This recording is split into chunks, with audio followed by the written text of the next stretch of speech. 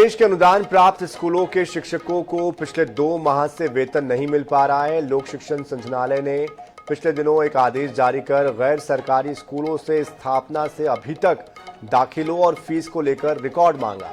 Record नहीं देने पर वेतन रोकने के आदेश को जारी कर दिया गया। एक आदेश से हजारों शिक्षकों के सामने आर्थिक संकट खड़ा हो गया। हमेशा विवादों से गहरा नाता रखने वाले मध्य प्रदेश का स्कूल शिक्षा विभाग एक बार फिर सुर्खियों में है। अब मामला शिक्षक भर्ती में फर्जीवाड़े का नहीं बल्कि शिक्षकों के वेतन से जुड़ा है। दरअसल लोक शिक्षण संचालय ने पिछले दिनों एक आदेश जारी कर सरकार से अनुदान प्राप्त स्कूलों से स्थापना से अभी तक दाखिले और फीस का रिकॉर्ड मांगा। स्कूल प्रबंधन को रिकॉर्ड तैयारी में देरी हो गई तो संचालय ने अनुदान रोक दिया। इसी अनुदान से शिक्षकों के वेतन भत्तों का भुगतान भी होता है। पिछले 2 दिनों से शिक्षकों को वेतन न मिलने से आर्थिक संकट खड़ा हो गया है। प्रदेश के सभी अनुदान प्राप्त शालाओं के शिक्षकों का जो विगत 2 माह से वेतन रोका गया है, इस वेतन रोकने के कारण प्रदेश के सभी शिक्षक गंभीर आर्थिक परेशानियों से जूझ रहे हैं। 2 महीने से वेतन न होने के कारण घर की आर्थिक स्थिति बिगड़ चुकी है और पूरा परिवार इस कारण तनाव में है।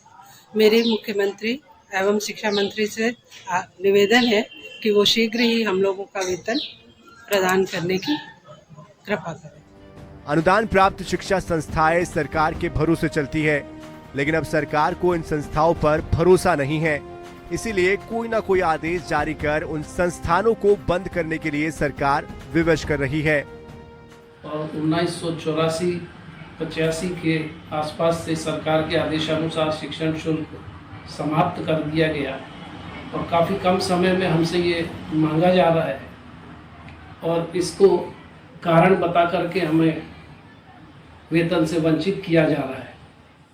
त्योहारों के समय में वेतन रोकना एक अमानवीय कृत्य है, जो कि एक ऐसे कारण से जिस कारण का हमसे कोई संबंध नहीं है, फीस वसूली की राशि और उसका हिसाब रखना प्रबंधक का काम है, हिसाब देना जिला शिक्षा अधिकारी का काम है।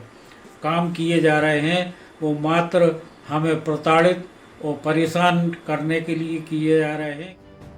मध्य प्रदेश में करीब 850 अनुदान प्राप्त स्कूल है और इन स्कूलों में करीब 13,000 से ज्यादा शिक्षक कार्यरत है। साथ ही इन स्कूलों में 20,000 से ज्यादा बच्चे हैं। यहाँ पढ़ाने वाले शिक्षकों को वेतन न मिलने से स्कूलों में पढ़ाई भी चौपट हो रही है। समय समय पर शालाओं ने शिक्षण शुल्क की जानकारी ऑनलाइन शासन को उपलब्ध करा दी गई है। उसके बावजूद भी अभी तक के अनुदान जो बजट के रूप में मिलता है वो रिलीज नहीं हो पाया है, जिसके कारण हमारा वेतन रुका हुआ है। इस वेतन से सारे अनुदान प्राप्त शिक्षक प्रभावित हो रहे हैं। इससे पहले भी डीपीआई ने 2020 के बाद अनुदान प्राप्त स्कूलों में भर्ती नहीं करने और वेतन भत्ते न देने संबंधी आदेश जारी किया था। इस आदेश के खिलाफ स्कूल प्रबंधन हाईकोर्ट पहुंच गया था।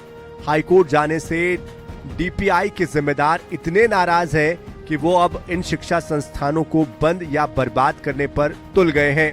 हालांकि इस मामले में डीपीआई का कोई भी जिम्मेदार बात करने के लिए राजी नहीं हो रहा है। डीपीआई के आदेश के बाद अनुदान प्राप्त शिक्षकों के सामने एक आर्थिक संकट सामने खड़ा आ चुका है, तो वहीं डीपीआई के जिम्मेदार अधिकारी इस मामले में कुछ भी कहने से बचते नजर आ रहे हैं। कैमरा पर्सन नितिन के साथ अंजलि सिंह, INS 24/7 भोपाल।